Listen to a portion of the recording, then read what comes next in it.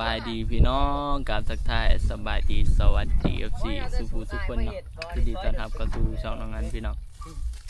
ตอนนี้ก็คือมาพ่นเขาพี่น้องมาพ่นเขาหน้าน้อยๆเนาะ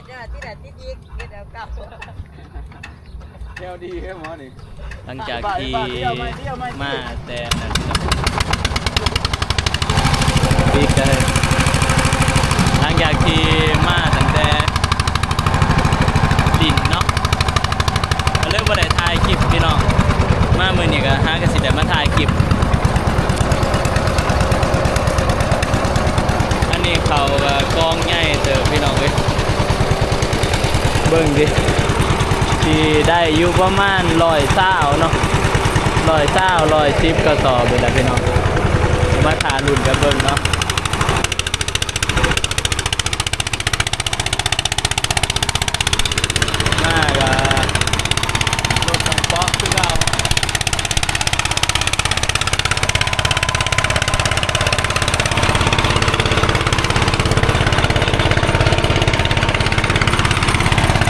รถคนน้องป๊อคือเก่าพี่น้อง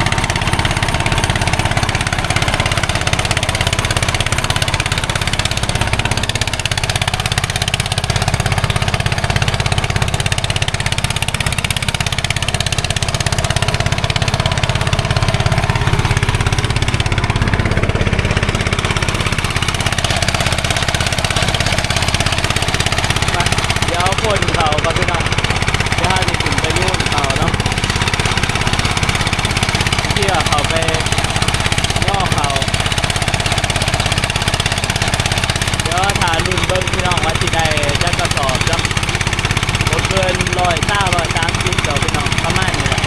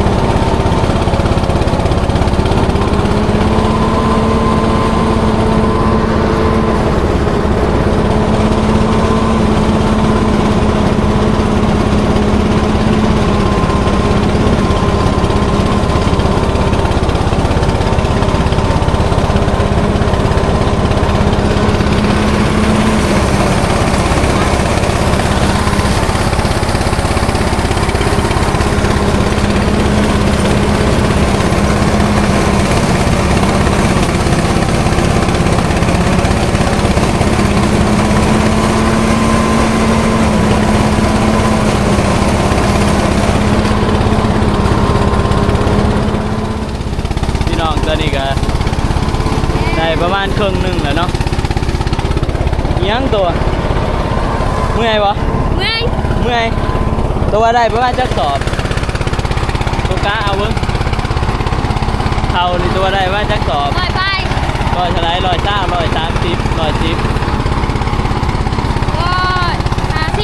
โอ้150คุยลึกแต่พอดีแดดบดเนาะพอดีทีแรงๆพี่น้องพอดีแหละจังอันนี้ก็เรือกองเรืออีกครึ่งกองเนาะกองหมกใหญ่ไม่นึงได้พี่น้องเมื่อกี้มันลงมาแห่งน่านเบิร์ดปกติมันใหญ่ขึ้นเด็ดอันนี้ได้ประมาณ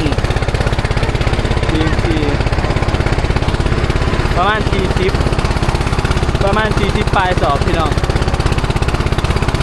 เขาเนี่ย มาลุ้นกันเบิ่งว่าเพื่อคนเดียวสิได้จักกระสอบเนาะทางนี้ก็มัดพี่น้อง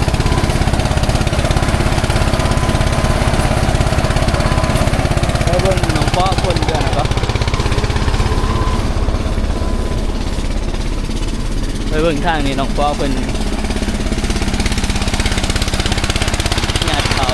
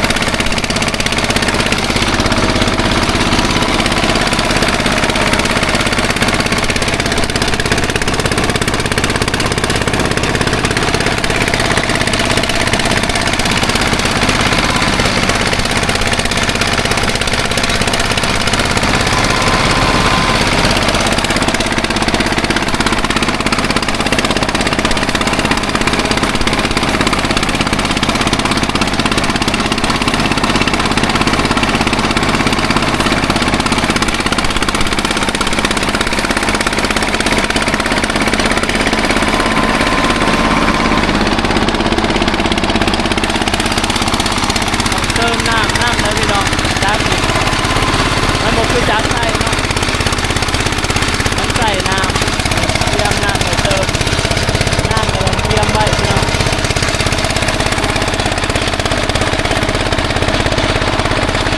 นะ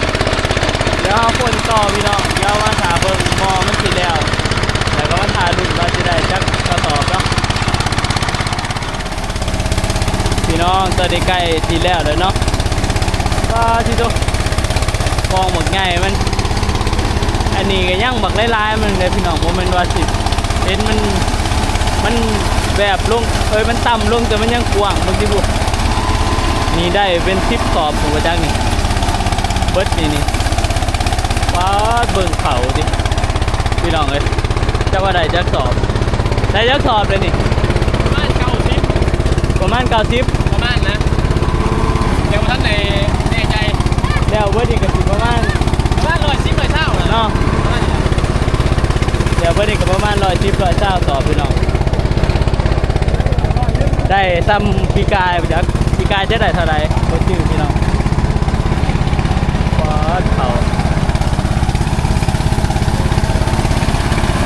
ทางนี้ก็มัดไอ้เพิ่งก็มาพี่น้องมาดีกล้องกันเนี่ยรอเลยไปดิเผื่อก่อยเนาะหาก็มาหอดเนาะหาก็มาหอดไม่ใช่เขา100 สอบไปหาก็หอดแล้วถึงได้เท่าไหร่เนี่ยได้หอดประมาณ100โอ้ลูกนี้แหละดิลูกนี้ตลอดนี่จะลูกแล้วก่อยเห็นยังไงผมได้มาถามมันว่าได้มันต้นเจ้าลูกมันต้นลูกเด็กเก่าลูกเด็กขี้ลูกโอ้ยลูกอย่างเลย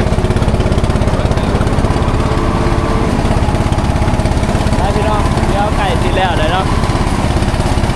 เดี๋ยวอีกแค่หน่อยรุ่นเสร็จกันเปล่าแล้วเดี๋ยวมาทารุ่นเบิ่งจักสอบฮะก็ไม่ได้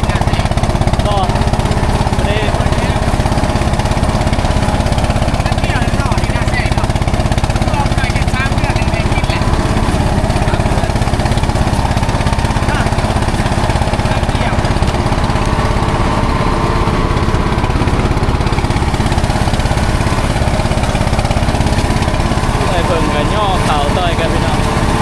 เขาต่อยกัน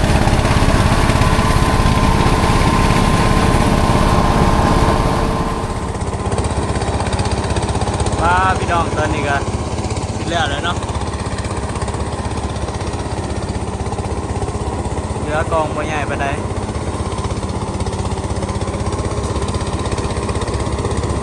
เดี๋ยวถ่ายให้พี่น้องเบิ่งเขาทางนี้ว้าจบโมเมนร้อยได้เบิดอีกประมาณ450บ่เขาคือกองใหญ่เลยพี่น้องเอ้ย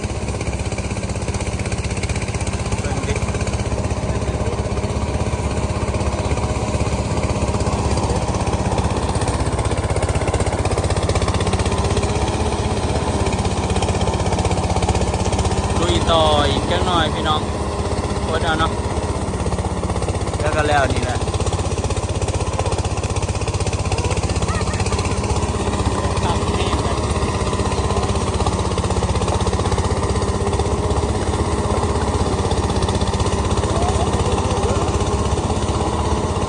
ไปพี่น้องเดี๋ยวแล้วเนาะมาหาเบิ่งตอนแล้วซะวันนี้ป้าพี่น้องแล้วแหละสุดท้ายเลย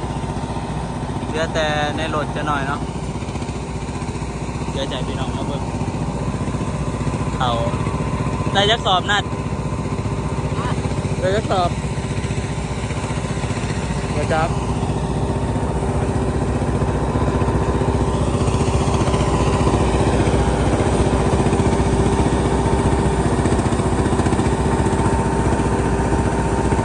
เรียกกี่คุณ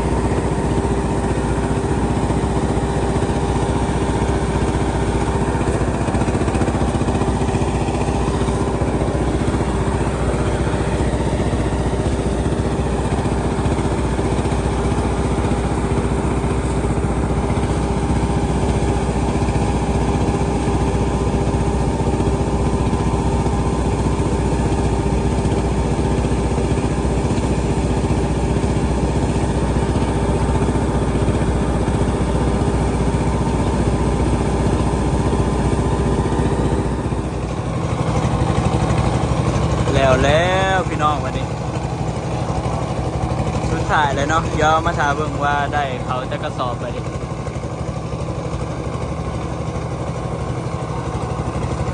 อันนี้ก็คือกองเขาพี่น้องหลังจากที่พ่นแล้วอันกองหมดใหญ่ไม่ต้องจนนั้นจะเพื่องชม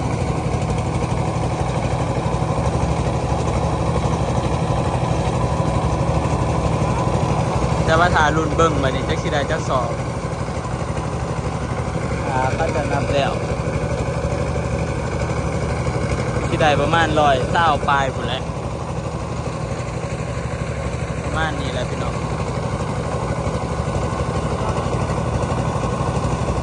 นะเบิ้งตอนนี้ก็พ่น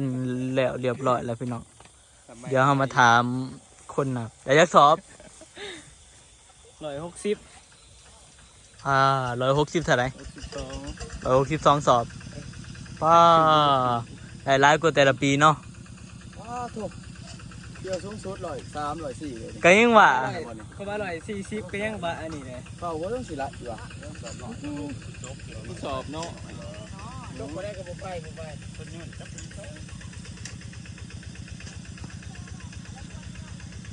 ค่าพ่นจักสอบนี่ค่าพ่นเศร้าแล้ว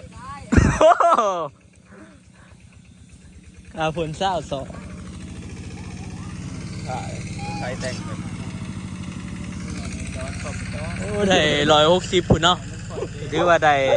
หลายกว่าแต่ละปีแล้วพี่น้องแต่ละปี10สอบคันว่าหน้าหลายกว่าแต่ละปี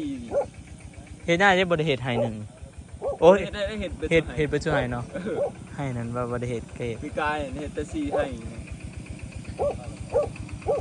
เพิ่มขึ้นมา10สอบก็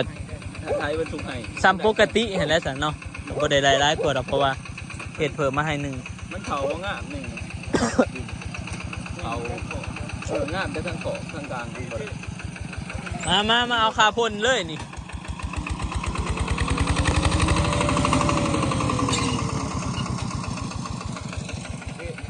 30คนพี่น้องมานี่มื้อแรก